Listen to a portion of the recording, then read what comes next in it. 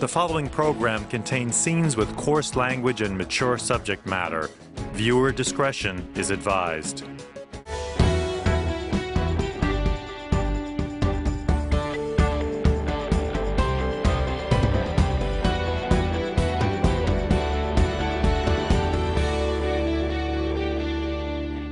A few folks have gotten in trouble recently. NBC had to apologize after comedian Tracy Morgan called Sarah Palin good masturbation material.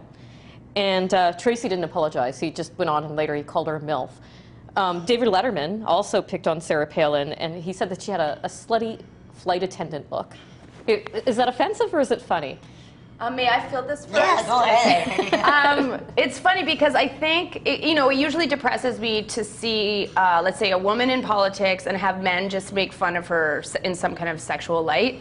But here's what I was talking about. Like, if something makes sense and it's true, I think that she really looks like a slutty flight attendant. Well, that's up for debate. I think if somebody told me she is a slutty flight attendant, I might believe it.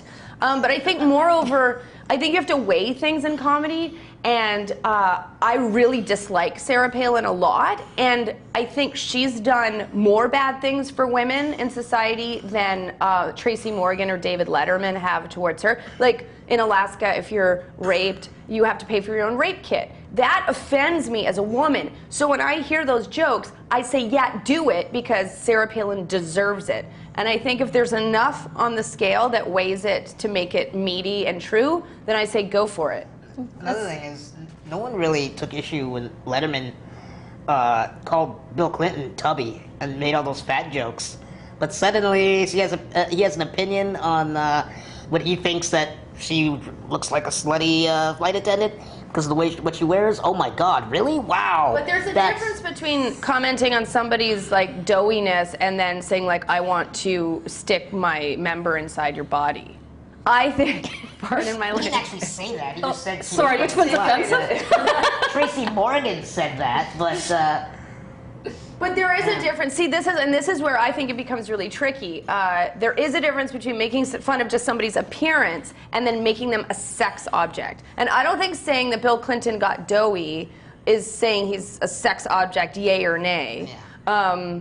But then again, so I don't usually like a woman becoming a sex object, but this is a woman I believe that deserves it. So it's an interesting line. Okay. I don't like her either. So down with Sarah Palin, so the Sarah Palin jokes will continue. Yeah. Eat it, Sarah Palin. Yeah. Are there some things that are not funny now because of political correctness? I mean, I think that question could be like almost rephrased in that I think. I'm sorry, I'll rephrase it for you. No, like I guess I want to answer a different question, which is kind of like political correctness. I think has changed the world we live in. So is the question: are some things not funny because of political correctness? Mm-hmm. Okay, so in a way, like I think it's made people really stiff, and we pretend now we live in a world where nobody's different, and even if they're different, we don't discuss it. Yeah. And so there are hot words or keywords that people hear, and they're like, oh, we don't say that, and they don't listen. I don't think anymore. I think it's really stiff and kind of constipated people. It's almost like they're ready to jump and write letters, just waiting for something. And it's political correctness. It actually makes certain comedy funnier when you're trying to break out of that and go, hey, this is what really it is. And then just it's as long as you make it funny, it's shocking and funny. And I'm trying to think of an example here, but I can't think of any. It makes us work harder because like a good thing about political correctness is that I could have 15, 20 years ago we could have just like thrown out, like Andrew Dice Clay, thrown out a bunch of stereotypes, and there's a joke, right? Because we'd be like, it's true, Jews are cheap. I don't think Jews are cheap. That's an old stereotype.